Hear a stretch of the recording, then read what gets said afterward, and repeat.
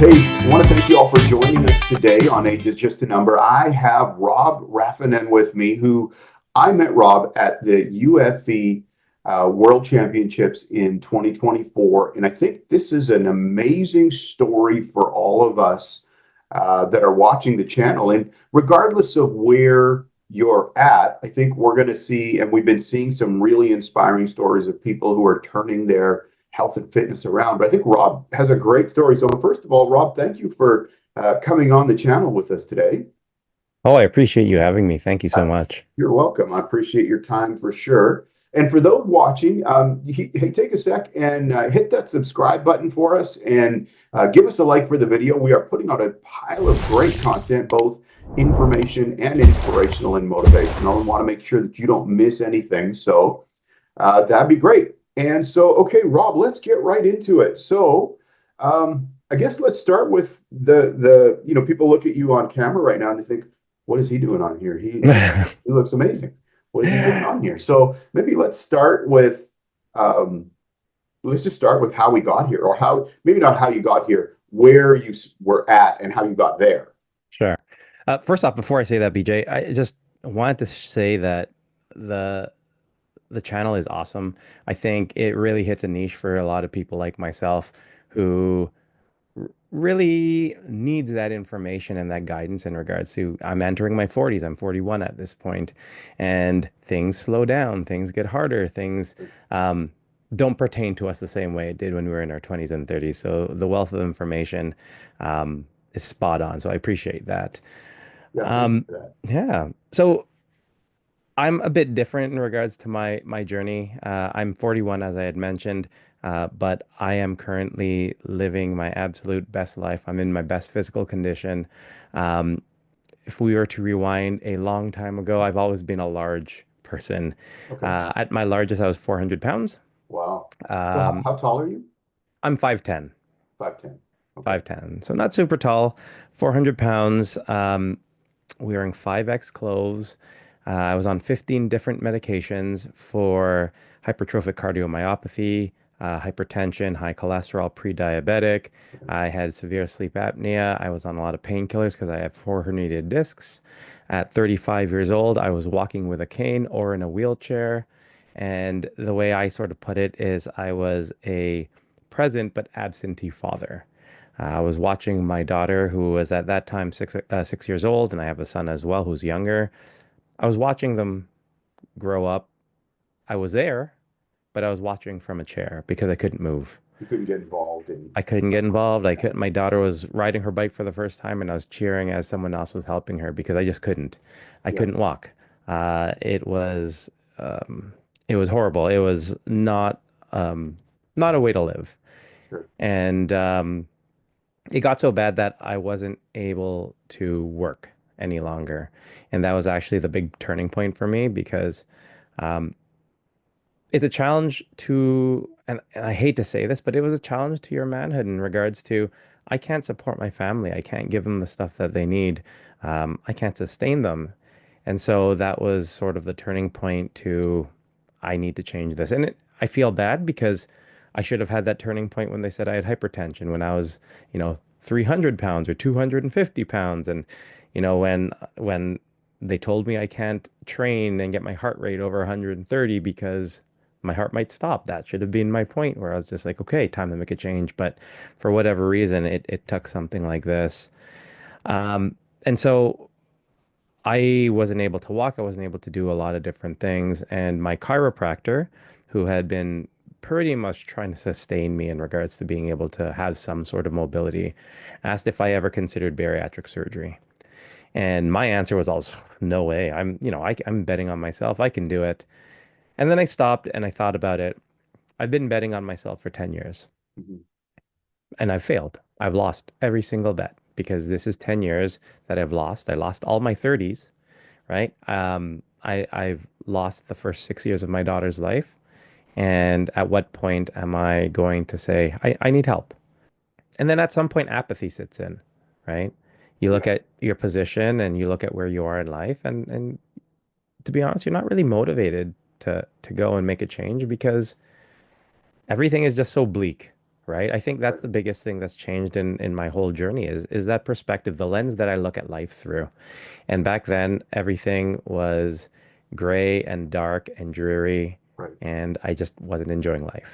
So, you come to this moment of epiphany, Yeah, but what about, and we'll get to the physical part of it, but what did you sure. do that really grabbed a hold of or switched the mental emotional part? Because I think that's even more important, That's the right? hardest. Yeah. Yeah. We talk about, we talk about it on the channel all the time about mindset and about Hmm. you have nowhere, no place to go, any place will do. Yeah. So how does Yeah. that change for you? How does that part change to, because that's really what facilitates everything, right? Yep. Yep.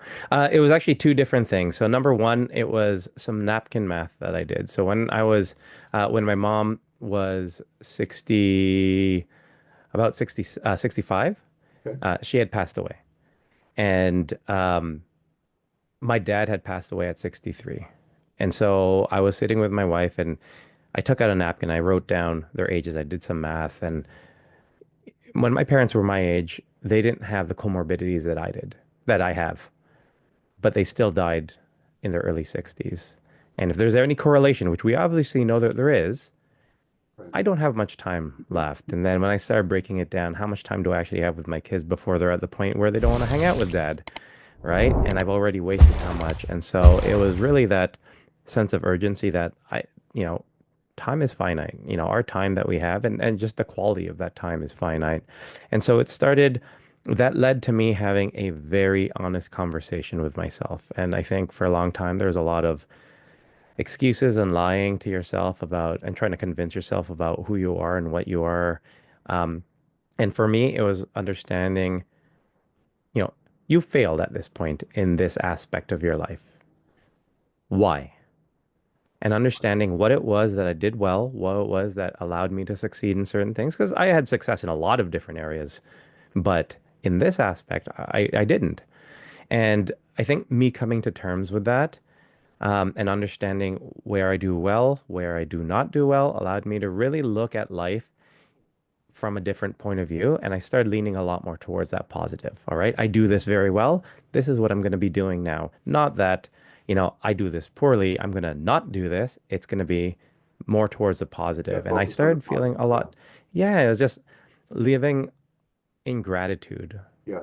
for me having this conversation, for me having this epiphany. Sure. And that outlook, that lens that I was looking at, all of a sudden started looking a little brighter. Yeah. No, I got it. Right. And that's so powerful. We talk about it, that what we know, even modern science knows this now, Yeah. that if you Yeah. focus on the negative of something, you're not going to not do that by focusing on Sure. the negative. You're actually going to increase your Yeah. propensity to do the negative, Yeah. versus focusing on the where you want to go, right? That's So, exactly it. I always talk about this about you never look in the rearview mirror when you're driving down the highway. Maybe Yep. once in a while, but you're looking where you're going, right? Yep. So, yeah, Yep. 100%. Okay, so we get to the point now where they start talking about surgery and, because think about that. I think for you watching, think about this. We're talking about 5'10", 400-ish pounds. That's three people's weight that you're Yep. carrying, right? Yep. Yep. So um that's a tough point, right? And you have that moment of epiphany. So now you go to the doctor and they're talking about surgery. So what happens there? So yeah, we started talking about bariatric surgery, and I was like, still, no, I'm not gonna do this. I don't really want to do this. But my doctor had suggested I go and I just start doing the courses because it's a 2-year commitment. There's a whole process in Canada in regards to getting approved for it. Right. And I was like, I'm just gonna go. I'm gonna hear it out. I'm gonna see. And me sitting in those classes, listening to the excuses of other people, I came to the realization that I had those same excuses. Mm. But hearing it from other people really kicked my ass into gear. And um, there was a point where I had actually started doing things. I had started moving. I had started losing weight at this point. My neighbors, actually, good friends of mine, they had an intervention, and they told me how concerned they were for me. Sure. And I said, I can't walk, but I can bike ride. If I buy a bike, will you guys ride your bike with me? And they said, yes, for sure. And so we bought bikes and we biked every single day, and road biking became a big part of what I do. There I have, I did a triathlon. We did 200-kilometer rides around a lot of local areas. We would ride a lot. And at that point I had lost 70 pounds. And it was like, do I need the surgery? Like, why do I need the surgery? And then I had that conversation with myself again. I said, why did you want to have this surgery? Or why did you consider? Was it because you needed the help to lose the weight? Right. Or do you think is because you knew yourself and you knew what challenges that you went through that can throw you back, right? It's great that you're doing all these good things and you lose weight. How many times have you lost weight and gained it all back, plus some? And so for me, it was again understanding that, bariatric surgery is a tool. It's not the be all end all. You don't rely on it. When a lot of people talk to me now, I don't even talk about that because it was a tool to help me get to that starting line Sure. where Yeah. everywhere else was. Nothing can ever compare to the amount of effort and time that I've put into my body now. Like Right. that's the reason why I look the way I am. My health is the way I am. And so, after I had that sort of discussion with myself and as with my wife and why I want to do this, I had the bariatric surgery. Mhm. Um, I lost a lot of weight really quickly. Um, I didn't compare myself to others. I was happy that I was just moving in the right direction. My health was getting a lot better. A lot of the different comorbidities were clearing up. The medication was falling off. Everything was great. Mhm. And then I look in the mirror and I am 160 Wow. after about a year and a little bit, but I looked sick, Okay. right? Because a lot of endurance training, Okay. Yeah. very, very minimal calories at that time, and I lost all my muscle. Mm-hmm. And so, some of the challenges that I was having is like I was super ecstatic to be where I was, again, very grateful that I had the ability to do the things I do, have the mobility to be active with my kids and my family. And, I took a lot of different things. Every year I had a challenge. I couldn't walk previously. Now my challenge was like, I'm going to start riding X amount. My challenge was I'm going to do a triathlon. My challenge was I took up pickleball. And after a while, it ended up being, I want to start putting muscle back on. Right. And that's sort of the journey that led me towards UFE as well as radical body transformations prior to UFE and the transformation division that where I met you. Right. So, okay, now you start, you're going back to or you're going to the gym. Yep. Um, what does that look like? Because I can't imagine what it's like to go from not even zero, you were below zero, Yeah. but now you're going to the gym. You're doing these other things, which are all we talk about in the channel a lot about do something Yep. and do it consistently and start Hmm. moving forward. So you'd started that process and now you're like, okay, next step is I need to put some muscle back on. Yep. So um, even before we get to the process results, etc., what is that like going to the gym when you're in that state of I just am in, process? What does that feel like walking into a gym? It's pretty intimidating, right? Oh, very much so. And I think the other part that a lot of people don't really understand unless you've been obese, unless you've been as big as some of us have been, there are a lot of traumatic scars that stay with you. And going to the gym, still, even to this day, sometimes it gets to me. Mm. Because when I did try to lose weight back in the day and I was 400 pounds, everyone's looking at me. Mm. Everyone can see what I look like. Everyone was sort of, there were snickers, there were looks and all that. And so that sticks with me. So when I started going back to the gym, it was stay out of people's way. I'm just going to be in this area because I don't want to draw attention to myself, regardless of how I looked, Right. right? At that point, I was around 165 to 170, scrawny, um, but in my head, I was still 400 pounds. I still had all those challenges. And Sure. so, for me, it's always about knowledge. I did a lot of research in regards to what I wanted to do and what that all looked like. But the biggest challenge was mentally. It was sort of the way I felt and all the things, all the emotions that were sticking with me from when I was larger. Right. So So, now, did you just do the research and go to the gym, or did you get a coach, or what does that look like? um, so being a bariatric patient, obviously nutrition was a very difficult part just because we are so limited in regards to overall calorie intake. Absorption rate is different. All of these challenges are harder, especially now that you're at the point that you need to eat more because I'm trying to gain muscle.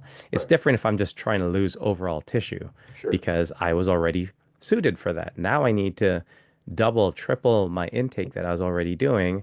I Right. needed to be smart about it in regards to how that's going to look because I can only eat a certain amount at a time. Sure. And so it was a lot of research. And I used to love sports nutrition. I used to love training. I used to work out. I used to be a gym rat way back in the day. Sure. And so I took that very old rudimentary during Ronnie Coleman time and just really understanding basic nutrition and sports nutrition for training.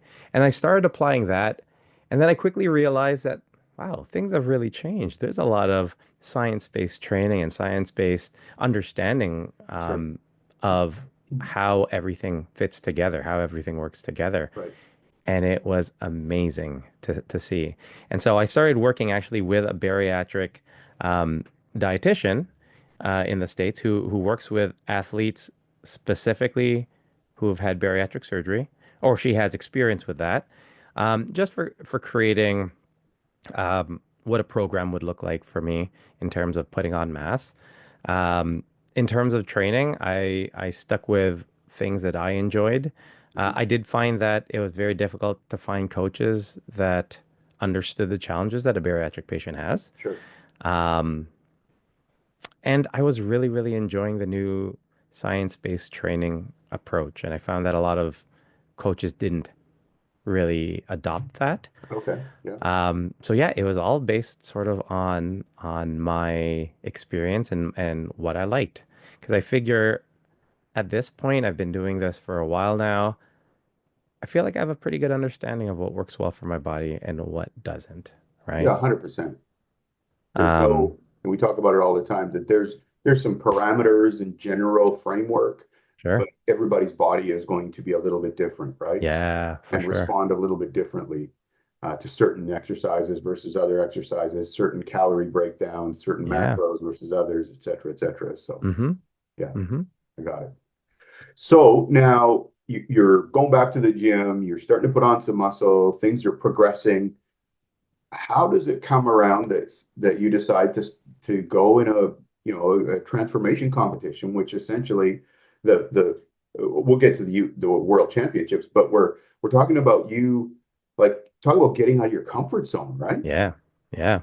Yeah, it was a big jump and it actually happened because so we have a podcast as well. I have a podcast with the bariatric community and You know what? we were Hang on one sec before you get going. We're sure. going to I'm going to get the link for that podcast and we'll put it in the description when we publish this video. So for all of you that are Perfect. watching and you're saying, hey, this is relevant for me or for somebody I know, take that information and put it out to them because, there'll be great information for them for just getting a hold of themselves in that situation too. So sorry, go Awesome. on. Thank you.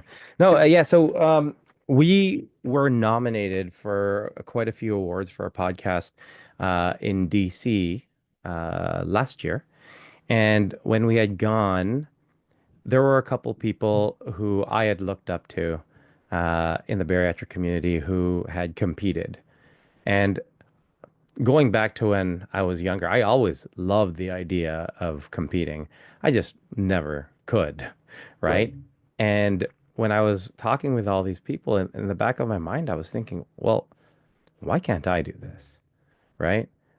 And I started reflecting on all the different challenges that I had and how I've overcome them. And I said, I'm going to do this. I'm just going to do it. And so, um, after that, I sort of made an announcement on one of our podcasts that, yeah, I'm going to do it. And so there was the Radical Body Transformation show, which was in June. So this June, that was part of the Toronto Pro Show. And um, super scared because I've never done anything like this. I Sure. needed to put on muscle. This was like November at this point. And so I did hire a coach um, So this because would there are a be lot. November of 2023. Correct. All Yes. right. Okay. November 2023, there was a lot of things I still didn't understand about my body and in terms of the whole process for bodybuilding, right? Right. I had no idea about a peak week and I was deathly afraid of that. And so I had hired a great coach, Mark Cleary, who's outside of Toronto area, um, and worked with him. Super, super awesome guy. He was a great coach. Um, and I learned a lot. I was able to gain some muscle. And once we started on that cut, that was the one thing that I felt very confident in. I felt very confident in my ability to get conditioned. And so we started the cut. I was able to cut down. And the interesting part through this whole process was, and we talk about this all the time with bariatric patients, it's hard for them to visualize being on a stage, Mm. being at that condition to be stage ready. And the reason is because for a lot of us, and I know for me specifically, I don't even allow, I couldn't even see myself walking at some point. I Mm. couldn't even see myself wearing something under a 2X. I couldn't see myself riding a bike. And so being able to think about um, being on stage on a bodybuilding competition was very difficult. And there were certain points that it started to dawn on me, you can do this. Like you look at you, you can absolutely do this. Sure.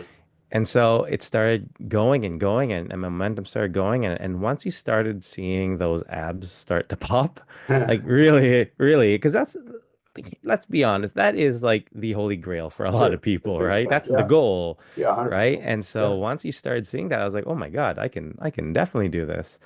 And so, yeah, it was the Toronto Pro Show. Um, it was a crazy experience. The reason being, we went through the tanning for UFE, right? Yeah. When you go through the tanning for radical body transformations, you are in the same room as all the IFBB pros Oh, trying yeah. to qualify for Olympia. Yeah. Yeah.